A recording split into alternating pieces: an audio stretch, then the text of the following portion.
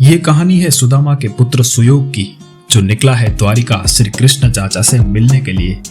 तो आइए जानते हैं क्या वजह है ये यात्रा की। वो कथा तो सब जानते हैं कि कृष्ण से मिलने के बाद जब सुदामा वापस आते हैं तब वो धनवान हो चुके थे। सुख संपत्ति के साथ स्वाध्याय कार्य करके अपने गांव और आसपास के गांव में प्रभु भक्ति की सुगंध फैला रहे थे।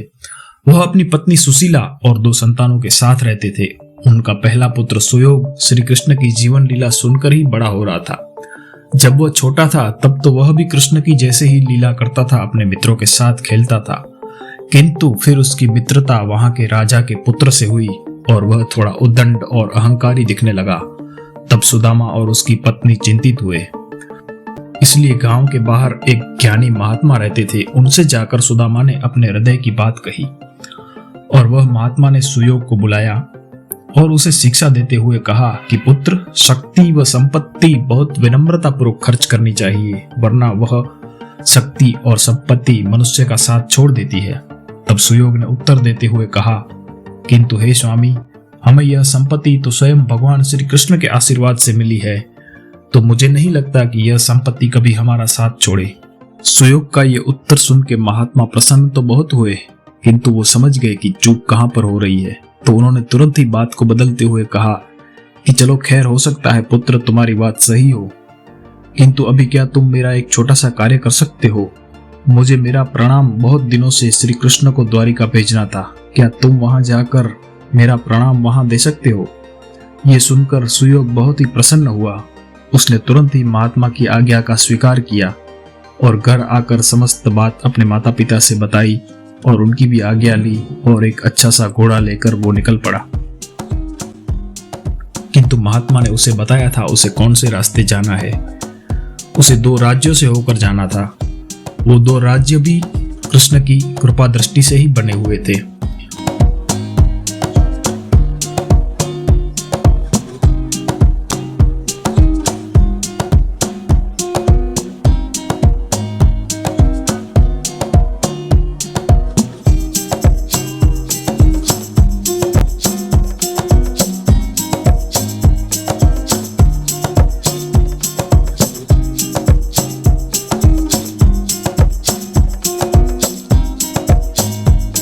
दो दिन पश्चात सुयोग पहले राज्य के पास पहुंचता है। यह राज्य था देवमत राजा का सेलपुर राज्य।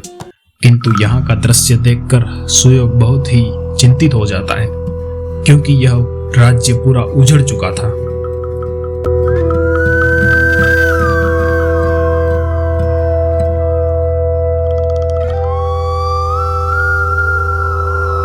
सब कुछ खंडर हो चुका था। उसे कुछ समझ में नहीं आया, पर वह आगे बढ़ा।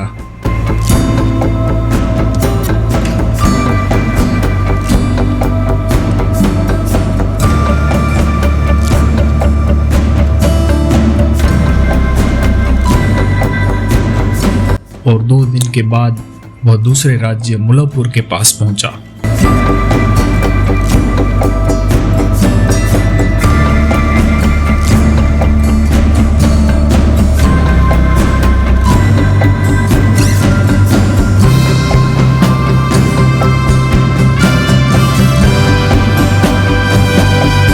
किंतु यहाँ का नजारा भी वैसा ही था, बिल्कुल सूना खंडर।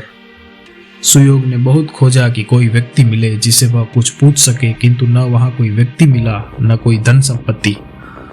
तब सुयोग ने सोचा कि वह द्वारका जाकर श्री कृष्ण से पूछेगा कि उनकी कृपा से बने हुए राज्य कैसे उजड़ गए, और वह आगे बढ़ने लगा।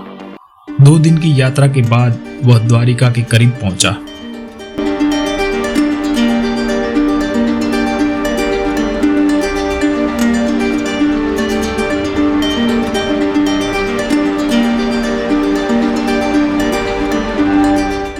किंतु यहाँ का दृश्य देखकर जैसे उसकी धड़कन ही रुक गई। पूरी द्वारिका नगरी महल के साथ डूब चुकी थी।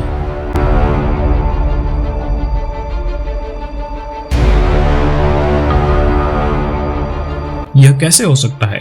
श्री कृष्ण भगवान की द्वारिका कैसे डूब सकती है?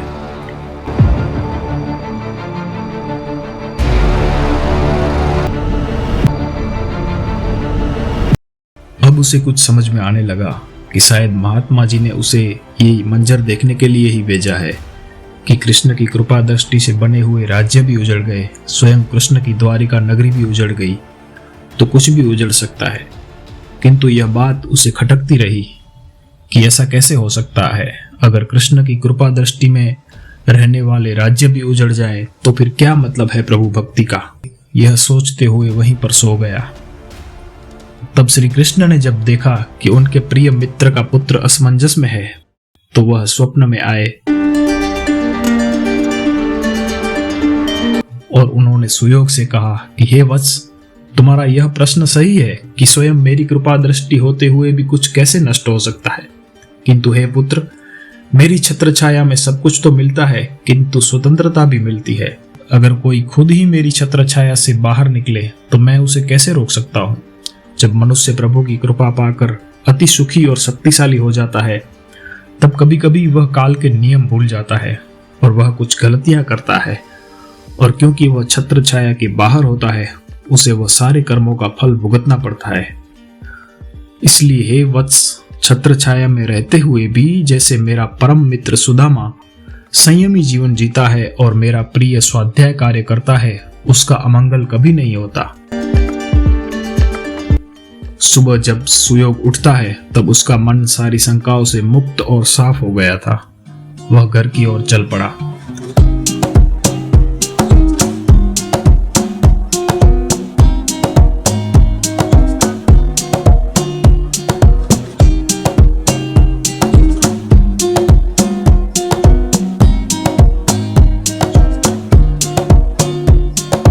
गांव पहुंचकर महात्मा से क्षमा याचना करता है। घर जाकर माता पिता से वह सारी बात बताता है। सुदामा ये सुनकर बहुत ही प्रसन्न होते हैं कि उनका कार्य कान्हा देख रहा है। सुयोग भी अपने पिता के साथ स्वाध्याय कार्य में जुड़कर पूरे नगर के ऊपर श्री कृष्ण की छत्र छाया बनाए रखता है।